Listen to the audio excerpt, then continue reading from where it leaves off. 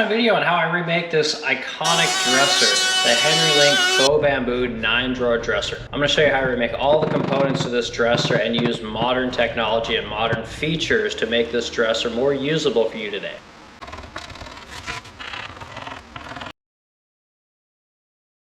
You'll feel a catch.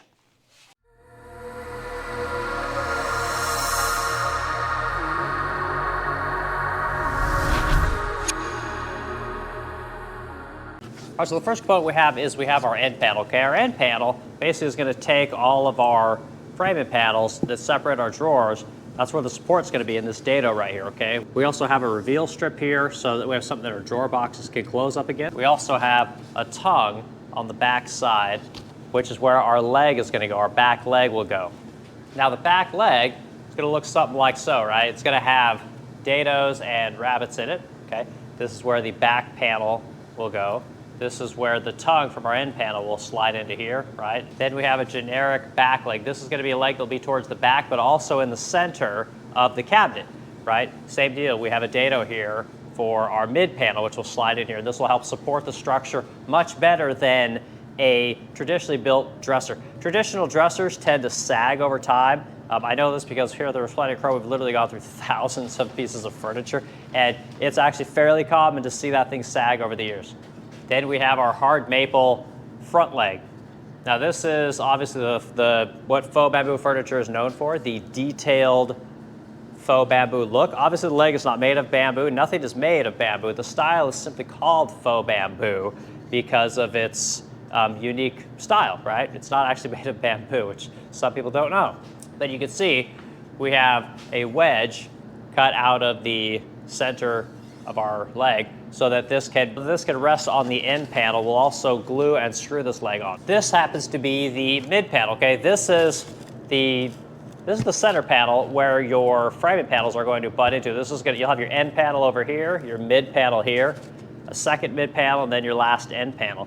These support the center structure of the cabinet. You notice we have a dado on one side and we have a dado on the other. This is the heart and soul of the cabinet. This will keep the cabinet from wanting to bow over the years. Traditional faux bamboo cabinets do not have this panel, right? Also, we have the tongue on the back, which is where the back leg will go, which will again hold this cabinet nice and flat for the life of the cabinet. Here we have a basic framing panel. This is going to be the dividing panel between the center panels of our 9-drawer dresser.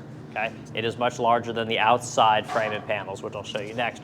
Also notice we have all these detailed cuts for our panel to slide in. This will be the smaller framing panel. This will be for the outside drawers on the left and right hand side. You can see all the different kinds of cuts that we have on this particular framing panel. So this is going to be our main bottom support framing panel. Obviously we have the frame and we have the panels. You can see our dados that are going to support our center mid panels. And lastly, we have the top panel, which is not a framing panel because it doesn't have any frames, but this is going to be the top. So this will be the top structure of our cabinet. You can also see the dados that are in here to accept the mid panel as well. So this will essentially frame the entire cabinet together. Panels, panels, panels, panels, panels, panels, panels, panels, right? And of course, you'll have your end panels, right? And this will make the carcass of the cabinet. So our faux bamboo dresser is all roughly assembled, okay? It's all held together with just joints and a couple of clamps to kind of give it pressure. Right now we're checking all the dimensions and we're making sure that every part, the framing panels, the end panels, the legs, the mid panels, all these panels line up the way that they're supposed to line up. So we're checking every dimension. We're going to check that against our drawing, right? We're going to check the drawing and make sure that every component is built correctly. And if there are any changes that need to be made, we're going to go ahead and we're going to redline our drawing and we'll go ahead and make the changes appropriately to the engineering so that it matches what we're actually building.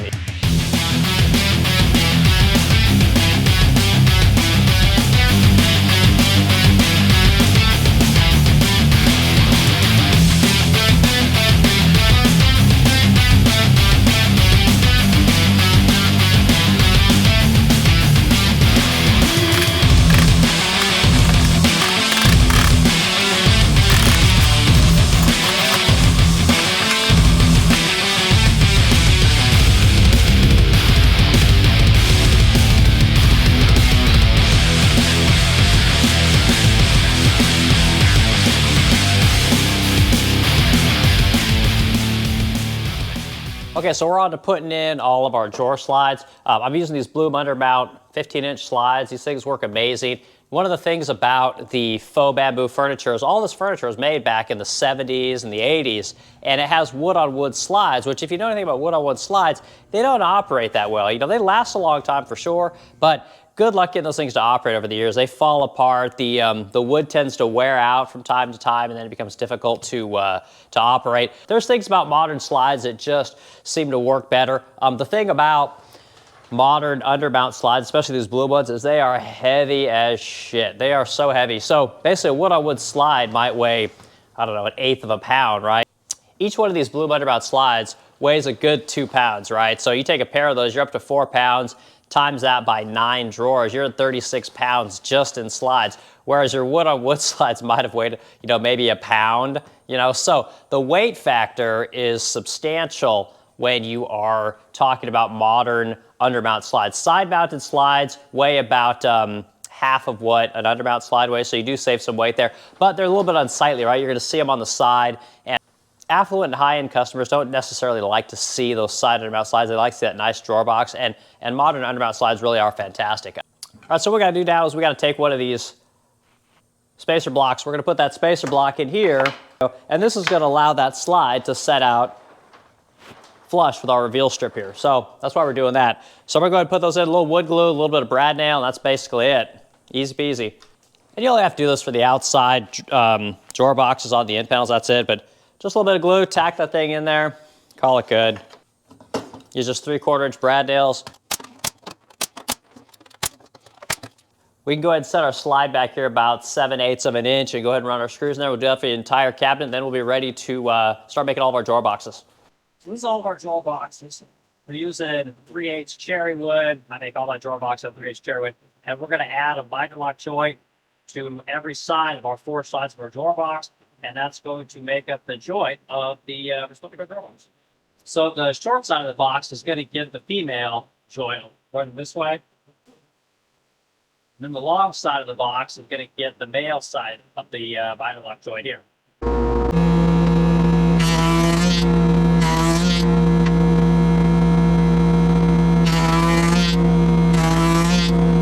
When you're running your miter lock joint on a router table, it's very important that you have some kind of a backing piece of material to keep your panel from wanting to move or vibrate on you or kick back at all. So when I run these parts, I always make sure that when I put my board up against my fence here, that I have my backing panel here as well. I'm going to hold that panel with one hand, and I'm just going to hold this one up at the same time. This allows me to move that part through the miter lock bin without the chance of it kicking back or getting a very uneven, wobbly cut. So just a quick tip on cutting your miter locks, and having a backer board as well when you're running your part will allow your joint to not blow out on you. So you end up with a nice clean looking joint on the top of your drawer box. Now our drawer box is obviously made of 3/8 cherry wood. Now I have a video on my channel specifically about how I make my drawer boxes, but it's a very basic drawer box. We use a 1/4 inch bottom, we use 3/8 hardwood. We have, of course, a 3-inch drawer front, and then we use Bloom Undermount slides, and you can see all of our locking devices here on the bottom. I like to put a block here and a block here, but of course I haven't done that yet, so I'll probably do that later. You can see these slides, they go right on, just push those in place, and they're good to go again.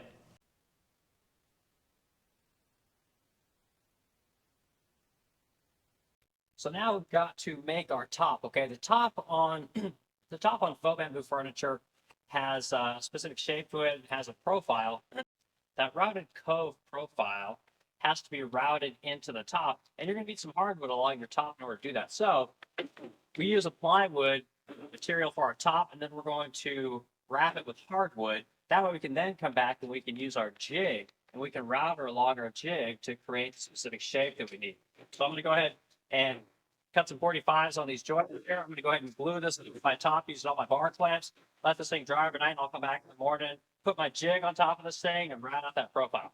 Now I've got myself a little handy dandy cordless router here. This thing is awesome. Like if you have a ton of batteries, like this thing really does work pretty well. I'm a big fan of these DeWalt cordless routers. I used to use the corded ones all the time, and they're great for big jobs, but I've just I don't mind swapping out batteries just so I don't have to deal with that cord. Plus, this thing has a quick stop, which I really like. Your older routers, the bit would kind of wind down, whereas this one, it just kind of stops right away, which shocked me at first, but man, it's freaking awesome. So anyway, I'm gonna use this with a reverse bearing bit here, reverse bearing pattern bit like you see right there. We're gonna use that. We're gonna run that along our pattern here until we get the shape that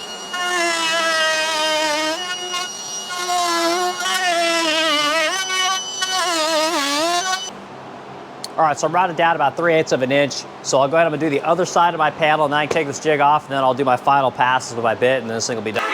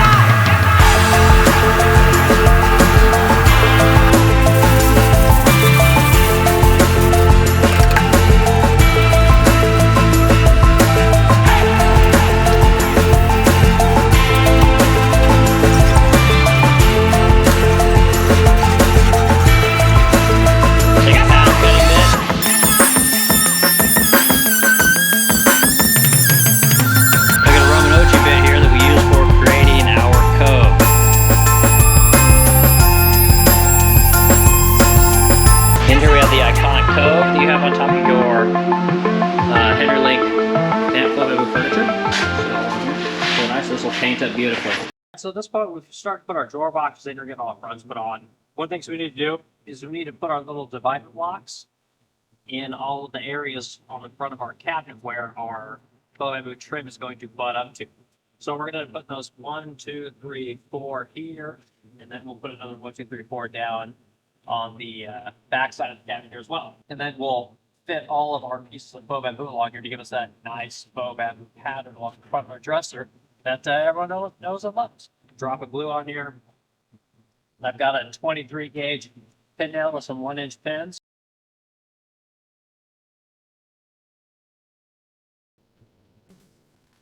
So that's basically all there is to it. And like I said, our next steps, we're going to go ahead and put in all our faux bamboo pieces along here and get the front of this cabinet finished up.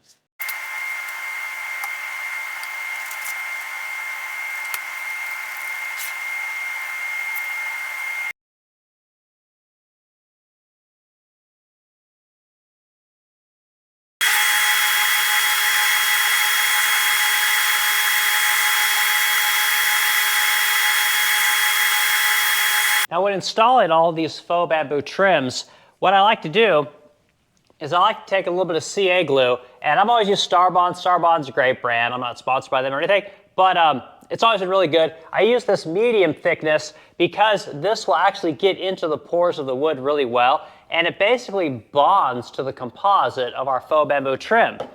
Then we'll again put our faux bamboo trim on here, and we'll use our 23 gauge pin nailer, and we'll shoot a pin in between each of what I call the knuckles of our trim.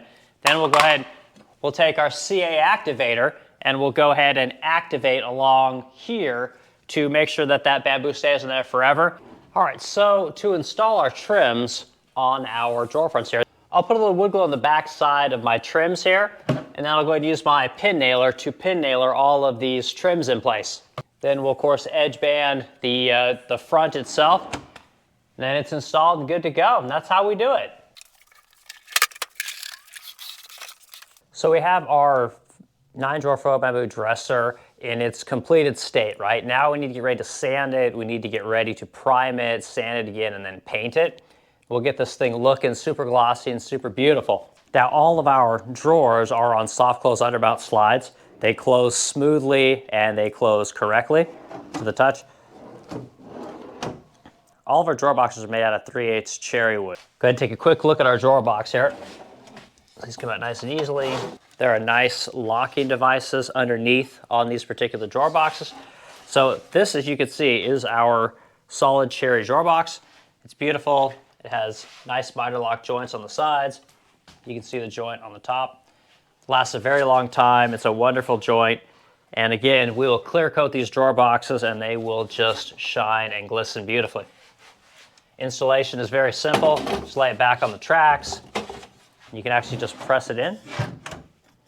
You'll feel it catch.